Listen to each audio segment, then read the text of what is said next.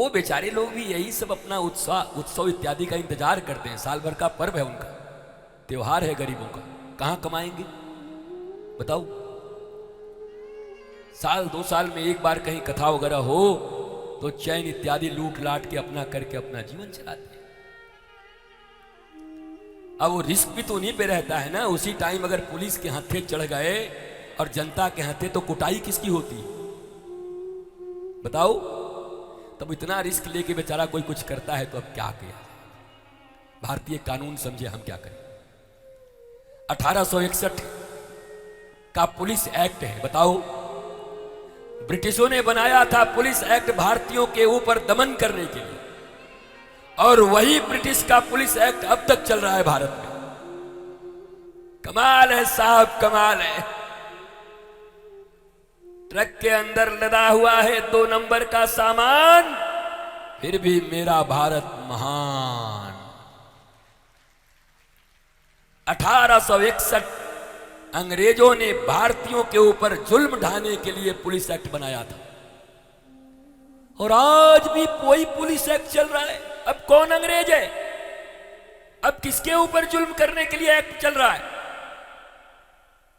तो रिफॉर्मेशन होना चाहिए एजुकेशन सिस्टम का 100%। रिफॉर्मेशन होना चाहिए पुलिस एक्ट का 100%।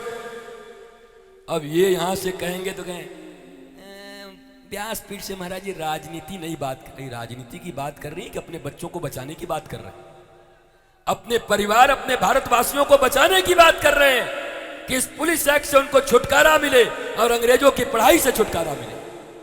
हम न बोलेंगे तो कौन बोलेगा? हम न बोलेंगे तो कौन बोलेगा? भाई इतना तो माया ममता हमारा कमई है ना, आगे नाथ न पीछे पगहा, न कोई पीछे रोने वाला न आगे रोने वाला। महाराज हम न बोलेंगे तो कौन बोलेगा? व्यासपीठ से हम ही बोल सकते हैं। और इसलिए इस सौभाग्य मद पर भगवान रुष्ट हो गए। अरे गोपियों, इतने बरसों तक तैयारी कराई तुम्हें महाराज की, इतना परिश्रम किया मैंने, कितनों को मारा तुम्हारे हृदय में, और उसके बाद भी तुम्हें सुंदरता का मद हो गया, अभिमान हो गया। तो भगवान ने एक झड़की दी, अंतर्हित हो गए, और अब गोपियों को बोध हुआ कि गलती तो हो गई। सब तो मर गए थे, पर ये जो अहंकार था वो नहीं मरा। अब उन्हें ग्लानि हुई, और ग्लानि में सारी गोपियां एक साथ किशोरी जी के पास जाकर और रुदन करने लगी। ये गीत नहीं, रुदन है, उनके हृदय की आवाज। आइए प्यार से गोपी गीत का 2, 4, 5 श्लोकों का ही छंद का श्रवण करते हैं।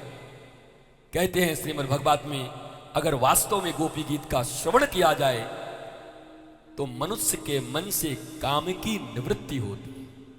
कामना और वासना एक सही डायरेक्शन में जाता है। वासना भी अच्छी बात है, बुरी बात नहीं है।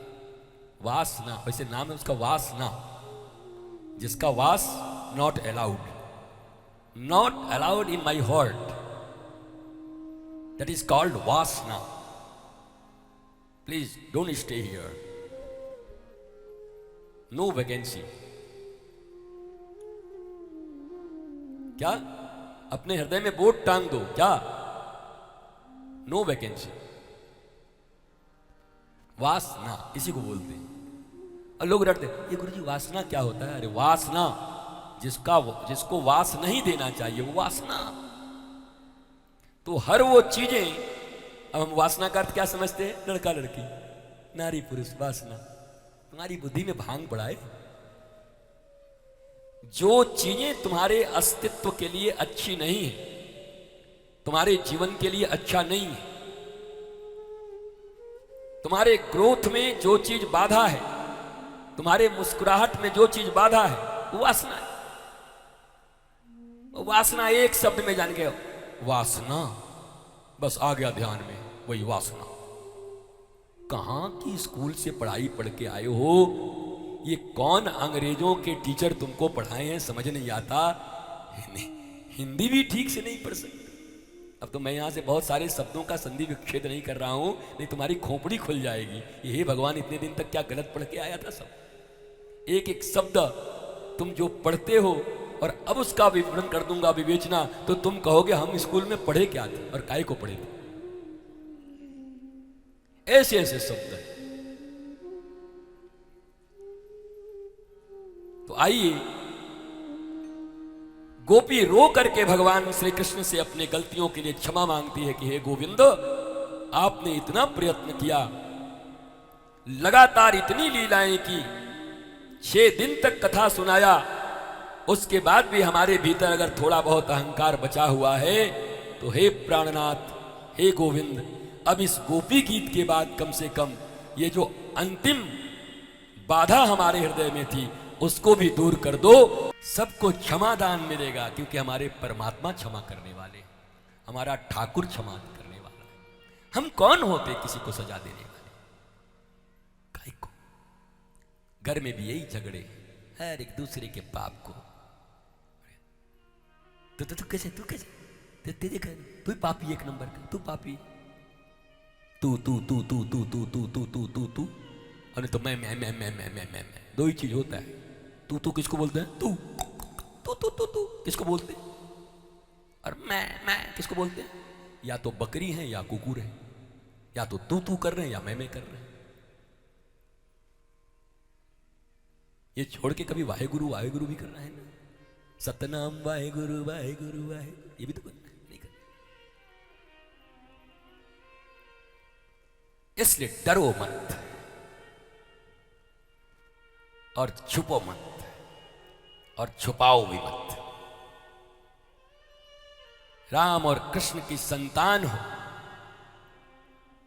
तो सत्यता के साथ परिवार और समाज में खड़े हो। मत करो व्यर्थ परिश्रम अपने जीवन में छुपाओ के लिए। केवल इतनी सी बात से अगर तुम्हें मुक्ति मिल गई तो तुम्हारे लाइफ की आधी एंजाइटी कम हो जाएगी। जो चीजें तुम छुपाने में लगे हो बस उससे मुक्त हो जाओ। नहीं छुपाना। कर पाओगे? नहीं कर पाओगे, और इसीलिए तुम परेशान रहोगे। और तुम कहोगे कि भागवत में मुझे आप रासलीला सुनाओ, और फिर तुम कहोगे कि कंस का वध तो हुआ ही नहीं। तो तुम्हारे भीतर का कंस मरे तब तो यहां वाला कंस मारे। हमारे भीतर का कंस मर जाए, अस्थि और प्राप्ति का, ये है और ये चाहिए, यही तो कंस की परिभाषा है ना। 2 पत्नियां, अस्थि और प्राप्ति, ये है ये चाहिए, ये है ये चाहिए। तो मरे तब तो यहां के कंस को मारूं। अपना कंस जिंदा है तो इस व्यास पीठ से कितना कंस, कितने पांडालों में मारूं।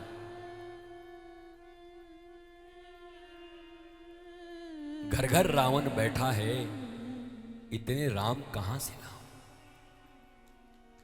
और ये तो भगवत कथा से ही हो सकती है, गुरु के प्रबोध से ही हो सकता है।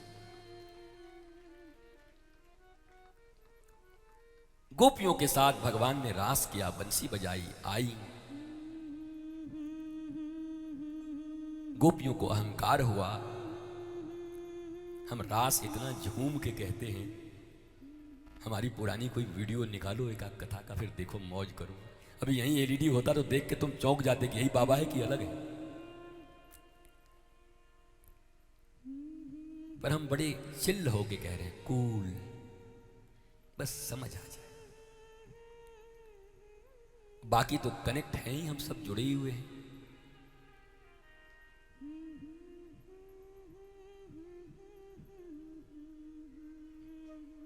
अरे मैया हमें भी ऐसे ऐसे कर दे, खाली टीवी में करेगी, हमें भी करो। हाँ, कैमरा आ गए हो तो सारी मैया ऐसे ऐसे कर रही, हमें भी करो महाराज। हाँ, ये भी आनंद होना चाहिए महाराज।